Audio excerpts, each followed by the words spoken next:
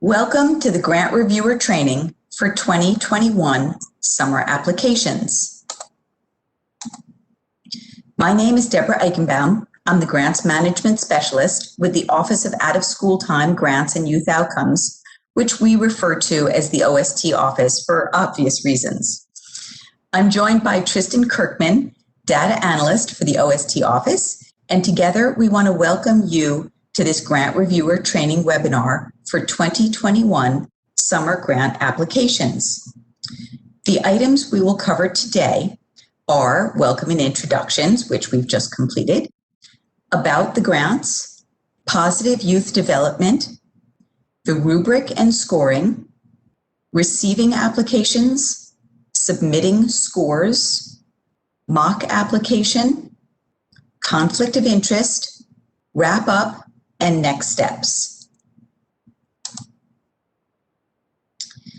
As a general overview of the summer funding and the OST office, the grant funds for the Summer Strong DC programs will be made available through the OST office, which is located in the Office of the Deputy Mayor for Education, referred to as the DME. Learn24 is the name for the network that supports equitable access to high-quality after-school and summer programs for the district's children and youth. The OST office stewards the Learn24 brand. You may see and hear the name Learn24 used interchangeably with the OST office. Our goal today is to provide training on how to best use the scoring rubric, so the OST office ends up with consistent scores across all criteria. This will bring a level of confidence for the applicants who apply for these funds. Our objectives for today are: learn about the scoring rubric, understand the basic principles of youth development, understand how to accurately score the applications, provide detailed and constructive feedback, review how to receive applications, and submit scores. In order to achieve these objectives, we will include individual activities and what we hope will be helpful strategies to navigate the overall process. We thank you in advance for choosing to volunteer as a grant reviewer. About the grant competitions, there are 3 requests for applications, or RFAs, currently open. There is Summer Strong DC competition, which is our traditional summer grant competition. This is open to all eligible nonprofit organizations to serve a minimum of 30 school-age youth with summer programs for a minimum of 5 hours per day, 5 days a week for 5 consecutive weeks.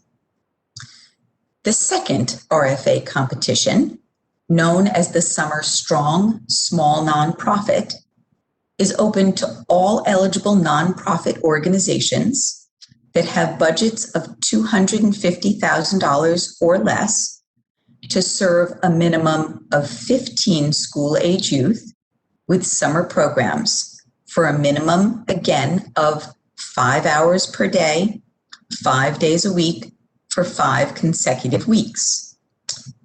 Finally, there is the Coordinating Entity RFA competition, which is geared specifically for youth residing at DC Housing Authority locations and Department of Human Services short-term family housing sites.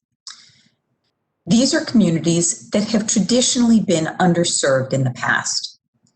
Youth will be offered full-day summer programs, and the coordinating entity will subcontract with local vendors that will provide a variety of services and activities.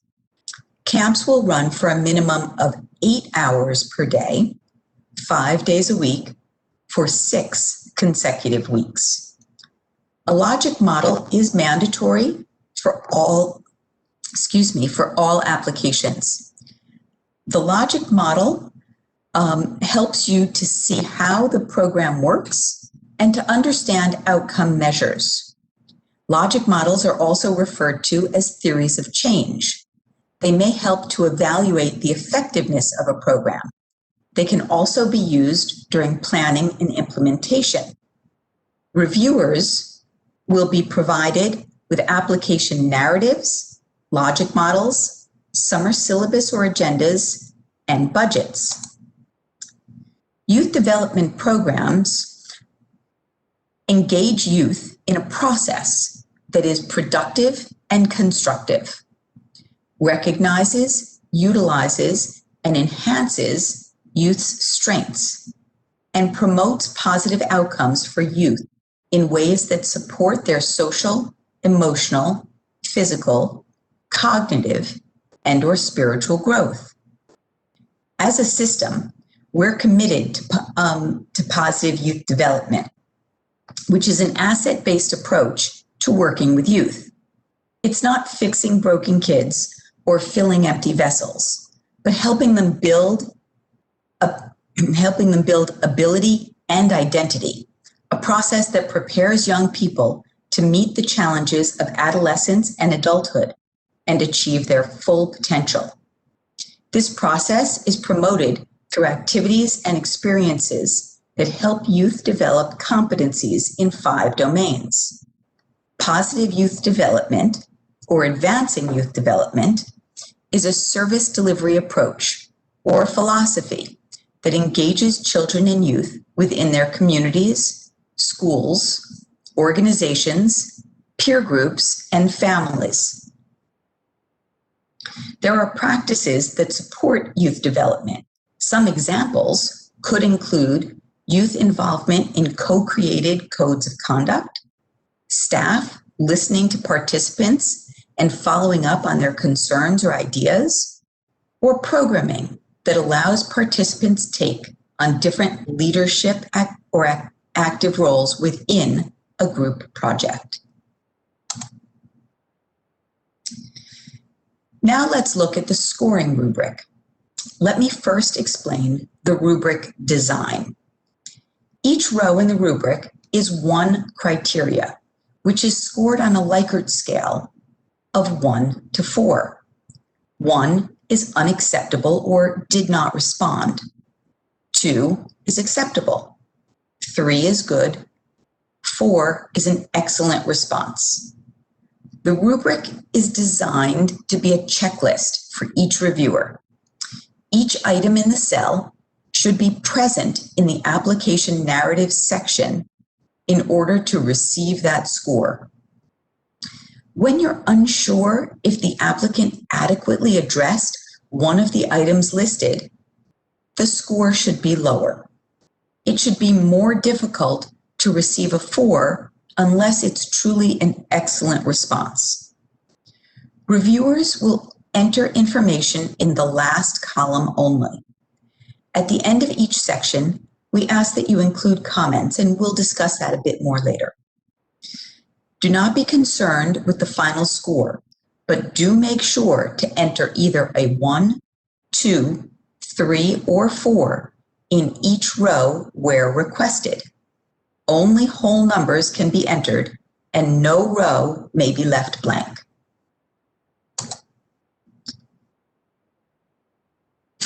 When reviewing an application, staying objective is key. And here are some tips. The information must be written. In order to provide a score, the information must be written in the section you are reviewing.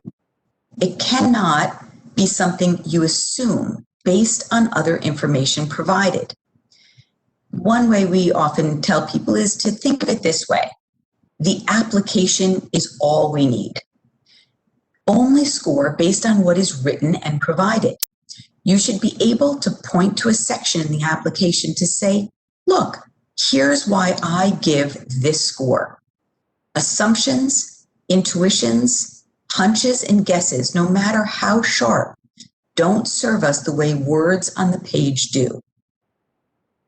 Next, resist comparisons. Resist comparisons between applications you have read or programs you know. You may have heard about programs and heard people opine about them. Again, the application before you is the sole thing being assessed. Outside knowledge needs to be discarded for reviewing purposes. Avoid biases, things you personally may or may not like about youth programming. If you have a reaction about an application and feel you cannot score objectively, please notify us. We will send you a different application.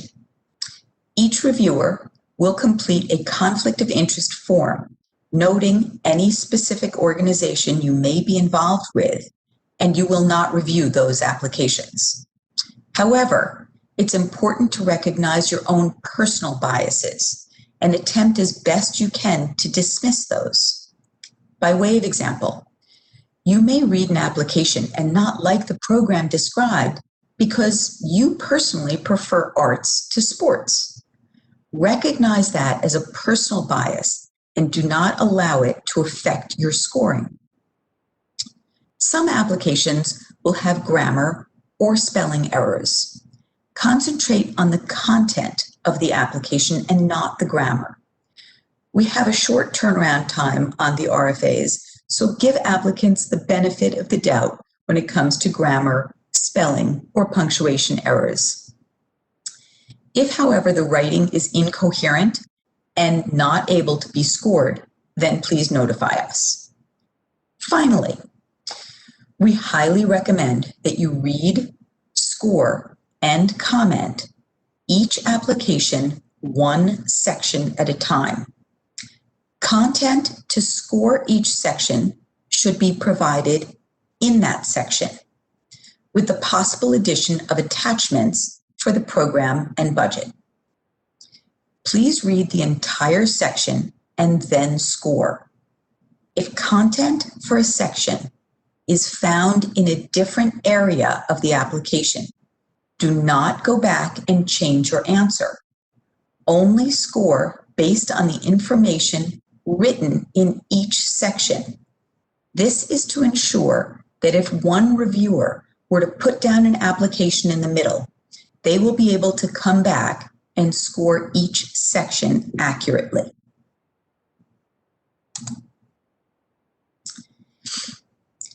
Let me explain the importance of comments. With limited funds, the district can only financially support a fraction of the applications we receive. Therefore, we have a duty to support applicants in improving their narratives. If a reviewer sends back a score sheet without comments, it will be returned. You must provide feedback.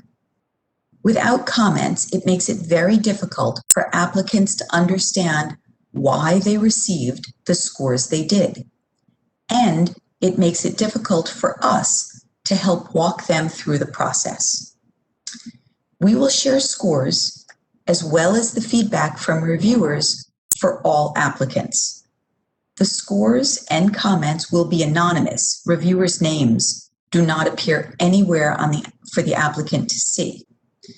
But the comments are extremely helpful for organizations to write stronger applications in the future. Each section of the scoring rubric has space for comments. Comments should be meaningful, specific, constructive, and helpful.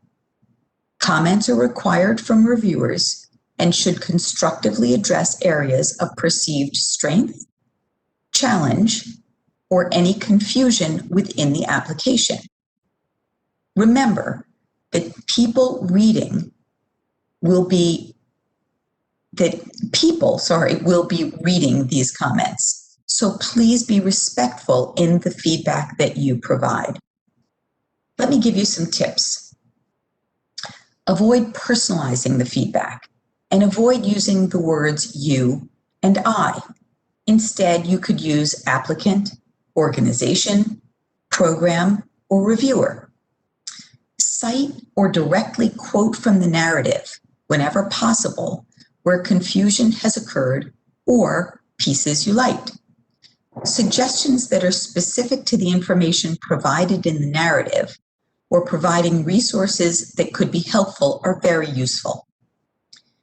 For ease and clarity in noting your comments, one strategy is using a symbol by the text in the narrative, such as a plus or minus sign for information you liked or did not like, and using a question mark when things were confusing or unclear that left you questioning the text. As you write comments, please be specific and avoid broad or vague statements such as more details needed to score higher. It's better to write exactly where details are needed to help for the applicant to write a stronger application the next time.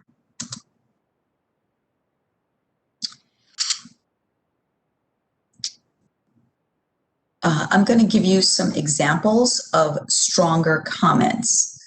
And some of those include the application included descriptions of key staff who will manage the grant funds, but was lacking details about the staff's experience in managing and complying with grant requirements. Or the statement, and in quotes, there are annual program evaluations conducted, end quote, on page 4 of the proposal, informed the reviewer that evaluation is a part of the program measures, but more details on the evaluation methods used and how they impact the program's achievement towards youth outcomes would be beneficial. The expenses listed in the budget exceed the revenue reported, or the math was inaccurate. And now for some examples of weak comments. This section is horrible. Please provide more detail to score higher. I really like this. Or I'd never go to this program. Again, remembering that it is people who are reading these comments will help when you're writing them.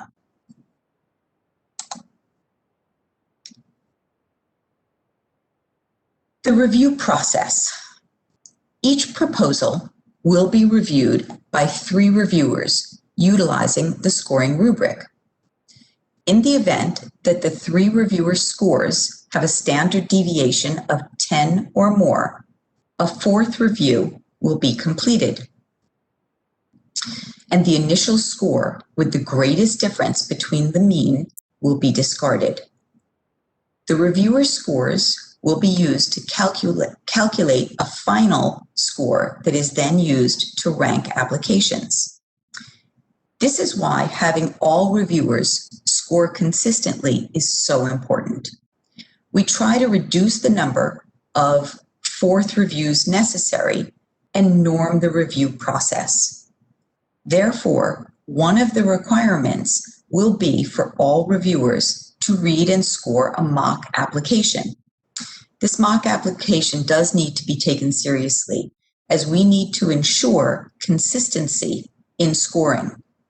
If a reviewer does not score within the standard deviation for the mock application, a follow-up training may be required. Tristan will give you more information soon on how you will receive and return your mock applications.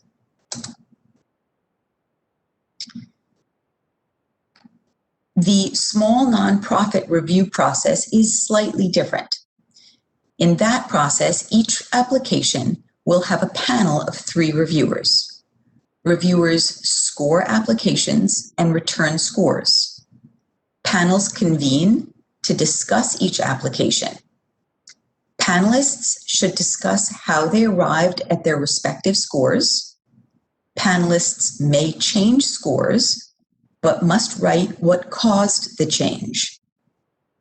Panelists should be prepared to provide a cumulative score recommendation on each application with an explanation around how the cumulative score was reached. Panel suggestions will be reviewed and considered by the OST office when making final funding decisions. So here's a brief review of some terms you will encounter in the review process. Target, an indicator established to determine how successfully an organization is achieving an objective. Goal, an indicator established to determine whether an objective has been achieved. Output, tangible and measurable results on what a program does or provides that then lead participants to desired outcomes. And outcome, knowledge, skills, attributes, abilities, and behaviors youth need to be healthy, caring, and responsible as they transition to adulthood. And now let me give you some examples of those. Target examples include 100 children will receive dance lessons 1 time per week. Children will be provided healthy, nutritious snacks every day. Program goals should be measurable and achievable within the grant period. Some examples of goals that, while nice, might not be measurable include respecting other participants, enjoyment or fun, gaining broader experiences. Excuse me for that.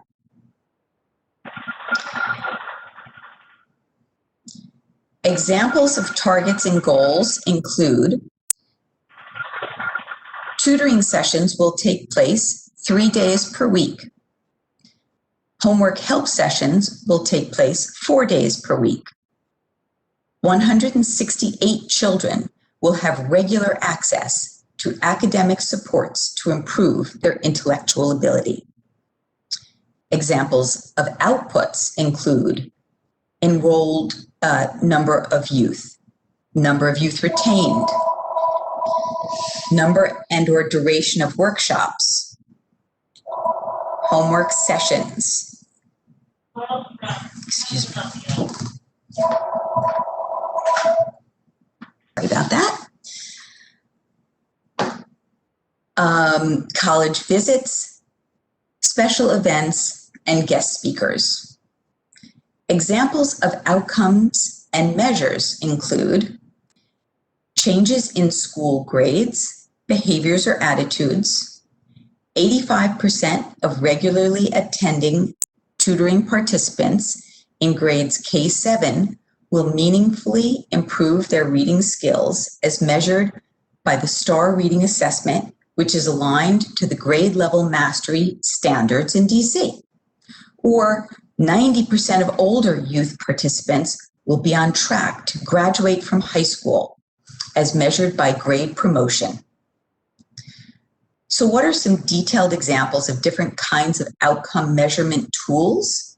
Well, these can include pre and post surveys, tests or assessments, practitioner observations, or focus group feedback.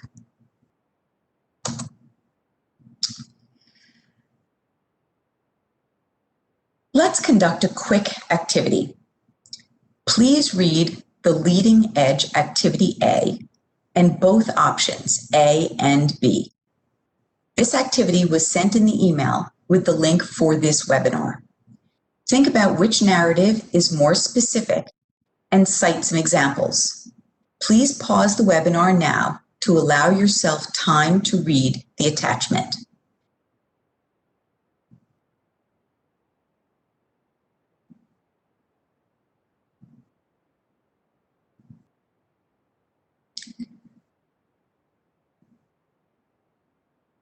Now that you've had time to read the leading edge activity, I think you'll agree that the answer is B. Allow me to discuss some potential reasons why B is better. First, it provides details of specific Programming such as, quote, because 75% of our entering participants when surveyed marked math as boring and difficult, we begin with project-based exercises in algebraic concepts. Second, the impact and accomplishments stated are backed up by examples or statistics, such as, quote, 10 teachers from Godry Middle School have reported improved interest and performance in math from our tech pioneers after summer programming. And Renaissance High School is actually using 3 former leading edge participants to assist in the creation of the student portion of the new Godry website. Third, simply referencing other programs and services is not the same as detailing how the program fits in or works with them. Citing a specific geographical area of need, noting within 5 miles, shows an understanding of the landscape. And finally, having a plan B, like the connection with Simons, also shows intentionality.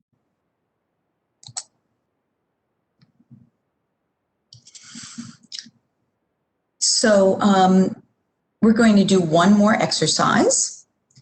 And I'm just going to turn that. There we go. We're going to do one more activity to see if we can develop consistency in scoring. So please open the Infinity Project Activity B. This was also provided in the original email. Read each version and score after reading the section. The rubric is the same for all 4 sample questions. Please pause the webinar now until you are done with all 4 sample sections A through D.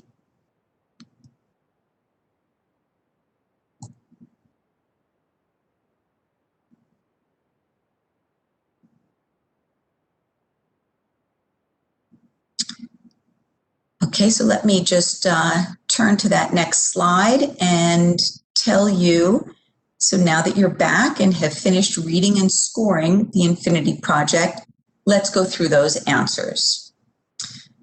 So the 1 is does not describe strategies to recruit and retain youth. 2, describes activities that recruit and retain youth in the program, does not describe success and or challenges. 3, describes activities that recruit and retain youth in the program, details success and or challenges. And 4 would be describes activities that recruit and retain youth in the program, details success and or challenges, and how the program has adjusted recruitment strategies as a result. So let's go through them. What's the correct answer for sample A? The correct answer is 2. The reason is that word of mouth and flyers are mentioned, as are school newsletters, assemblies, and the Teens Summerama blog. But results are not deemed either successful or unsuccessful, and there is no mention of success or challenges. How about sample B? The correct answer there is a 1. The reason is that, yes, waiting lists are cited and family support is referenced, but there are no recruitment strategies mentioned. It's an assumption to believe that the organization has a recruitment strategy simply because they have a waiting list. The statement is made, we recruit participants across the area, but there are no details provided. What about sample C? The correct answer there is a 4. The reason is that word of mouth and flyers are cited, as are presentations at school assemblies. Success is framed by the waiting list that has resulted from the presentations. Challenges with Summerama are cited, and how the program adjusted recruitment strategies as a result. it is an excellent answer that covers all of the criteria in the rubric. And finally, for sample D, the correct answer is 3. The reason is word of mouth and flyers are cited, as are presentations. Challenges in completing the presentations are mentioned, but not how the program adjusted their strategies as a result of those challenges.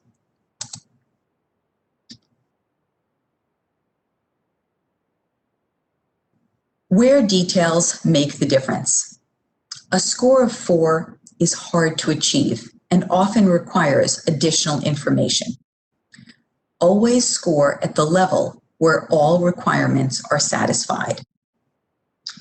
If an applicant meets all of the criteria to score a 2 and meets some of the criteria in the 3 column, you should score a 2.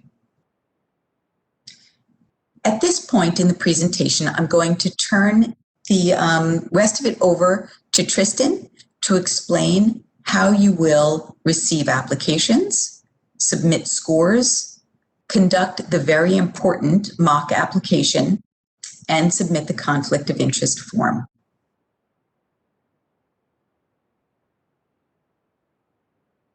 Hi, everybody. I'm Tristan Kirkman, the data analyst for the OST office, and I'm going to be talking about how you're actually going to be getting these applications and what you're going to be doing with them. So the first thing that's going to happen is you're going to be invited to collaborate on a Box folder. This is associated with box.com. It will look something like this, where you will get an email that says, whether or not you want to accept an invite. Right now we have test person, but this will be your name. You'll get a folder with your name attached to it. If you don't have a box.com account, you will be brought to a page requesting you make one that looks a little bit like this. You need to provide your name, your email, create a password, and again, that folder with your name should show up on the right, and then you'll click submit. From there, you'll receive a notification that you've been sent a confirmation email. And from there, you'll need to go back to your email and complete that box sign-up by verifying your email through that link and clicking on the Verify Email button within your email. From there, you'll be brought to a page that looks a little bit like this. This is box.com under the All Files section. The first thing that you'll need to do is view and accept the terms of service associated with box.com. You can do that by clicking on View Terms, and then after going through the terms of service, clicking on Agree. From there, you'll be able to sort of access all of box.com as normal. The key thing is this folder up in the top left, that is your all files, and within it, there will be the folder with your name on it that has all of the files we'll be sending, in this case, test person. So what does that actually look like? So here we have our test person folder. Clicking on the test person folder will allow you to enter it, and there will be 3 folders. Final score sheets, applications to review, and Yoga for Life. Yoga for Life is going to be the mock application that you all are going to be filling out for us. This is especially important to take seriously, and we would need to make sure that everybody is scoring in the same way. So you can click on the Yoga for Life folder, and in it there will be 2 files. One is score sheet training, the other is the mock application for Yoga for Life. You can download these by going off to the right where there's 3 dots. It says More Options, click on it, going to download. You'll do that for both of these files.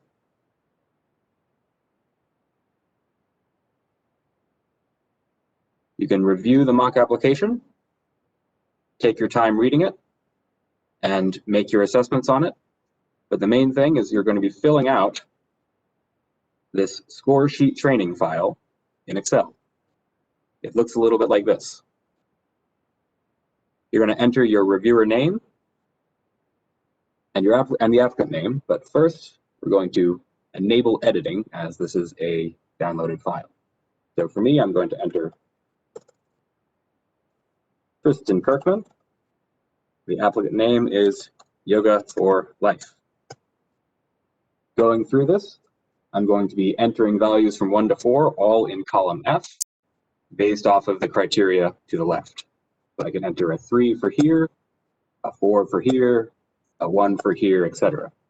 For my comments, again, I'm going to enter that in column F.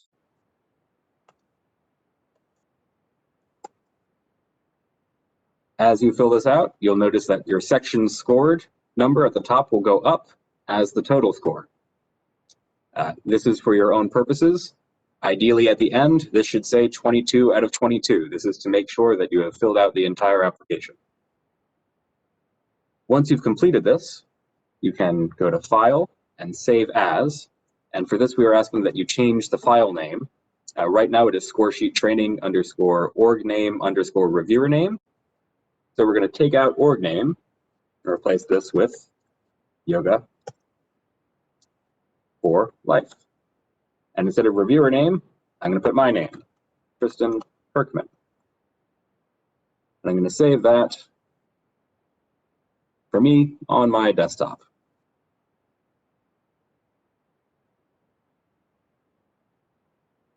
Then I've got my scored sheet.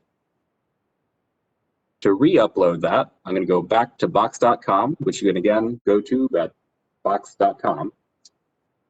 Click on your All Files section. Go back to your name. You're going to go to Final Score Sheets folder. From here, this is where you're going to be uploading those final score sheets.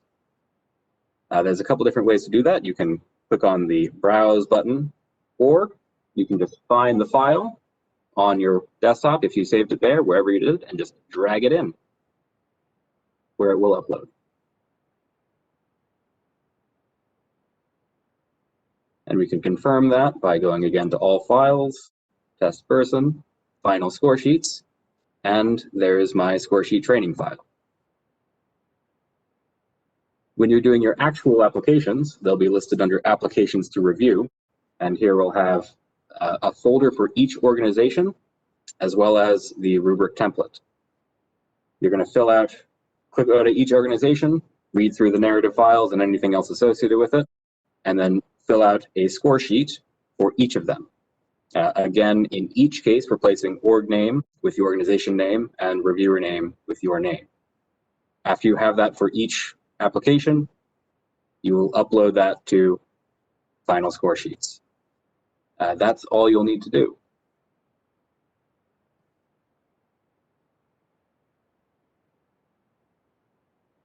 So let's talk about some timelines.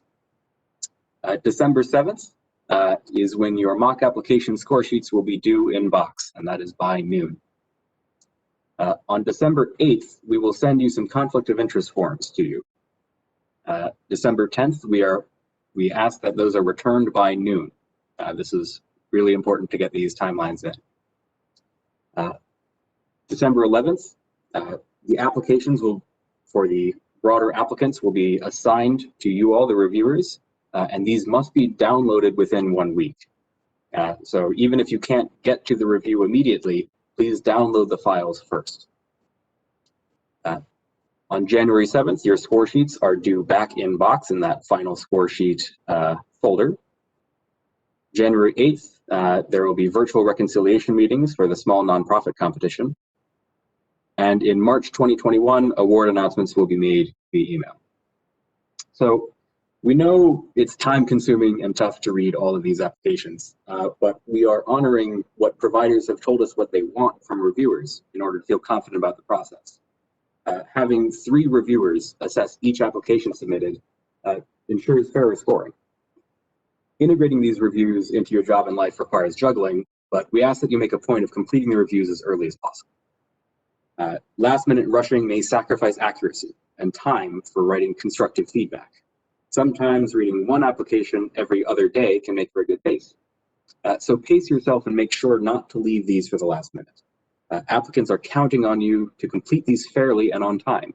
And remember, when I say applicants, I'm talking about real people who are hoping to provide these summer programs to youth across the district, which is why this work is so important. Applications will be received in the OST office by December 7th, and we will send conflict of interest forms to all reviewers again by December 8th. And again, we need those conflict of interest forms to be returned no later than December 10th.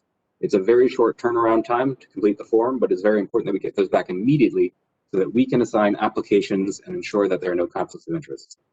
Along with that, there will also be demographic information requested.